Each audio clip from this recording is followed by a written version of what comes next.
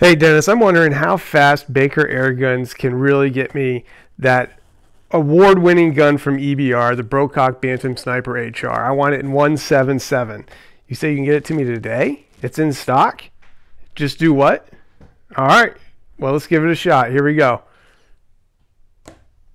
1, 2, 3. Holy cow! The Brocock Bantam Sniper HR, and we're going to review it right now on the Airgun Advisor.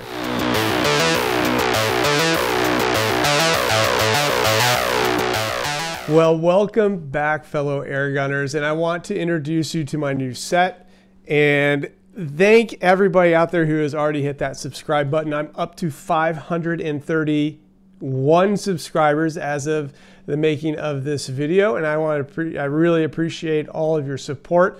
If you haven't had a chance to do that, make sure you hit that subscribe button at some point, either at the end of the video or whenever you decide to click off. But hey, today we're going to be taking a look at the Brocock Sniper HR. This one is in 177, provided me by Dennis Baker over at Baker Airguns for testing. So thank you guys out there for helping the channel out. We're going to take a look at it. We're going to describe it, take a look at a group that or the types of groups that I've been getting, the pellets that shoot best out of it, and describe some of the things that I've had to do with this rifle in order to get it to the point that it is currently. So before I get started with where I am currently, let's just take a quick look at this rifle. It has a great synthetic stock, and I say great, and I'm not a huge fan of synthetic stocks because usually they sound hollow, they feel light, they just, let's be honest, they feel cheap. Brocock has done a nice job with this stock. It is solid. It doesn't have a hollow sound to it. It feels substantial in your hand, almost as good as a wood stock might feel in your hands. And you know, I understand why Brocock went with the synthetic stock. It is truly a gun that's meant to be taken out in the field and used on a daily basis for pesting or hunting, and a synthetic plastic stock makes sense. It's going to be able to be, you know, it's going to hold up to the weather, it's going to hold up to different environments, and that's what you want in something like this type of rifle. So kudos to Brocock for taking something that could have come out cheaply and making it a nice product. Also has the cheek riser on it as well, and the adjustable butt pad, so you can get everything squared away and situated to fit you just the way you want for your shooting purposes. Some other things to keep in mind with this rifle: it does come with a 10-shot magazine as well as a single-shot tray. If you have seen some of my other videos, I do enjoy a single-shot tray much more than 10-shot magazine, and so I was glad to see that. But on the downside, the single-shot tray was a little bit wobbly in there, and over several weeks of use it did wear out, and you could push it a little bit if you weren't careful about setting your pellet in the tray. So it might be something that you want to take a look at and see what an aftermarket tray might do. Not a deal breaker by any means, but I do want you to make sure that you are aware of that.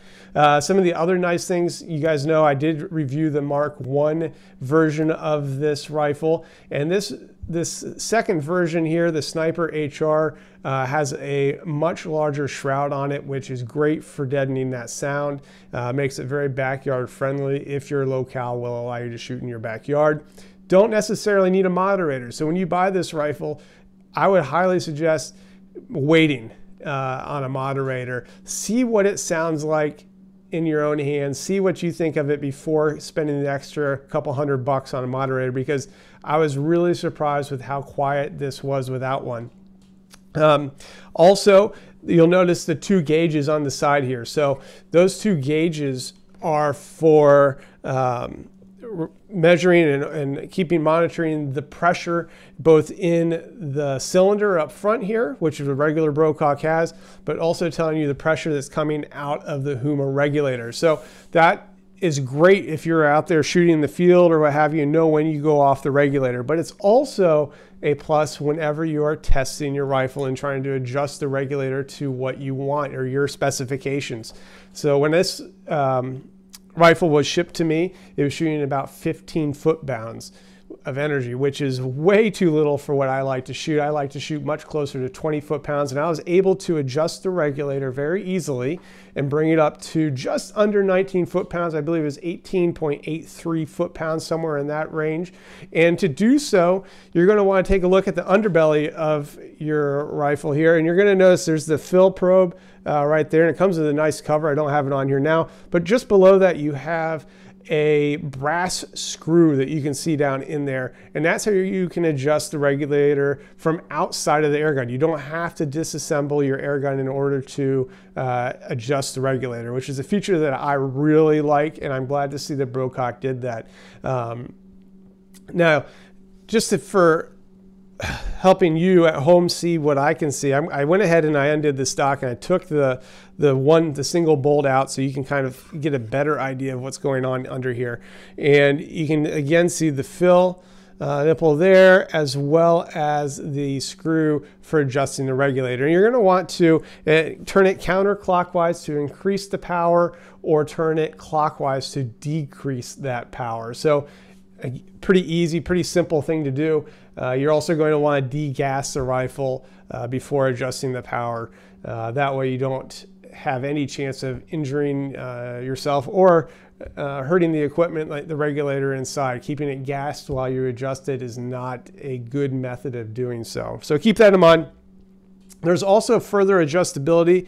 I'm going to flip this around the back. You can see right here where the bottom silver screw is. That is the hammer spring tension, and you can adjust that. Now, to get the results I'm going to show you here in a little bit, I did not adjust this hammer spring tension at all. I left it where it was factory set, and it worked for me. So you may not have the same results if you pick up this Bantam sniper, but for me, no adjustment was needed.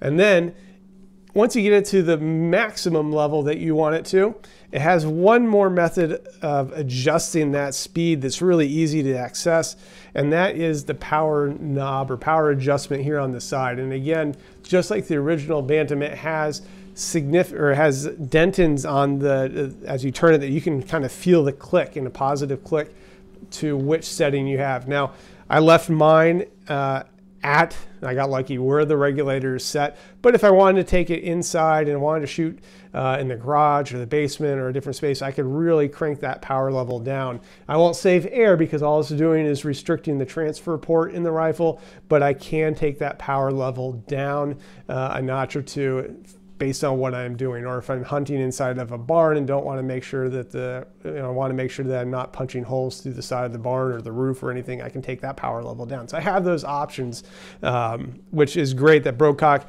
left that functionality there, and it's easy for the end user, us, to adjust it. I really appreciate that.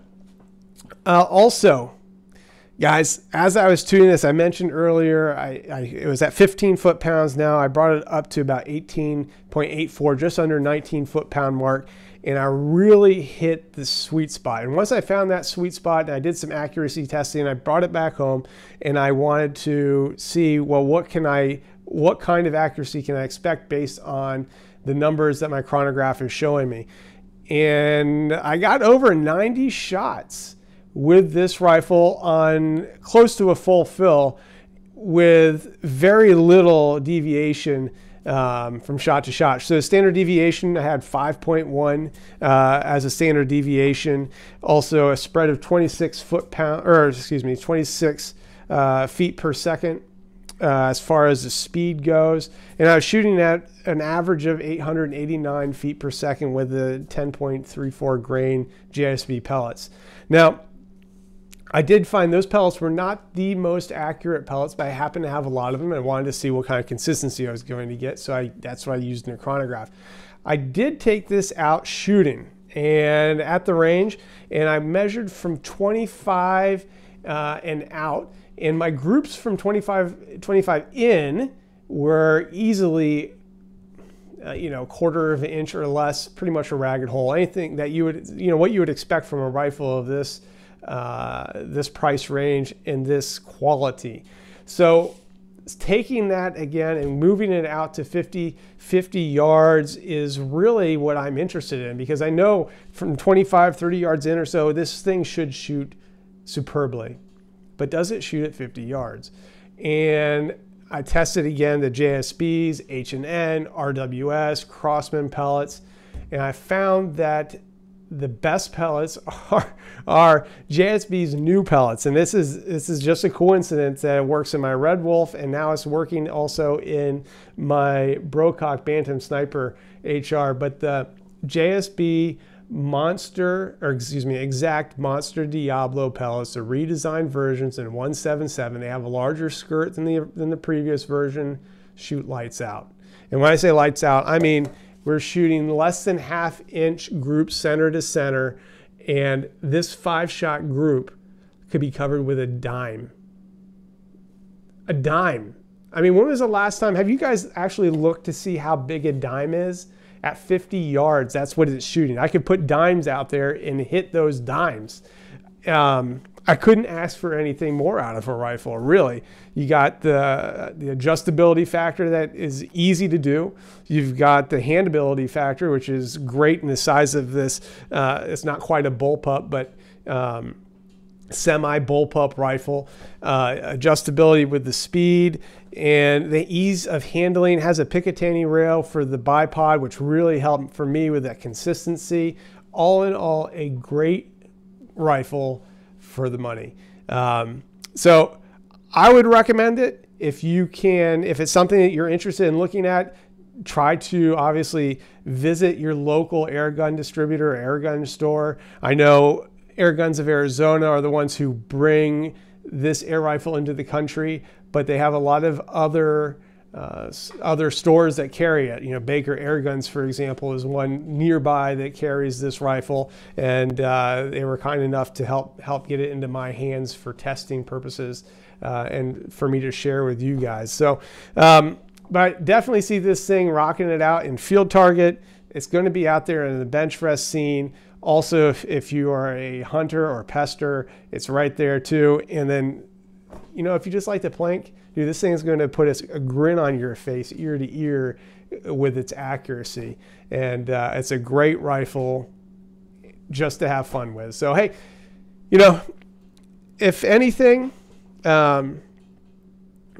this is a fun rifle to shoot, and it may be one that I'm going to have to see if I can't save up a little coin for and add to my collection. So, hey, until next time, guys, may your pellets fly straight and your trigger pull stay smooth, and we're going to see you right here on the Airgun Advisor. Hey guys, I got some exciting stuff coming up. We're going to be hitting up some airgun shows. We're going to be going to some field target events. We're also going to be testing some air guns. So if you like this kind of content, you want to see more, let me know. Hit that subscribe button. Let me know you like what you see. So until next time, may your pellets fly straight and your trigger pull stay smooth, and we'll see you right here on the Airgun Advisor.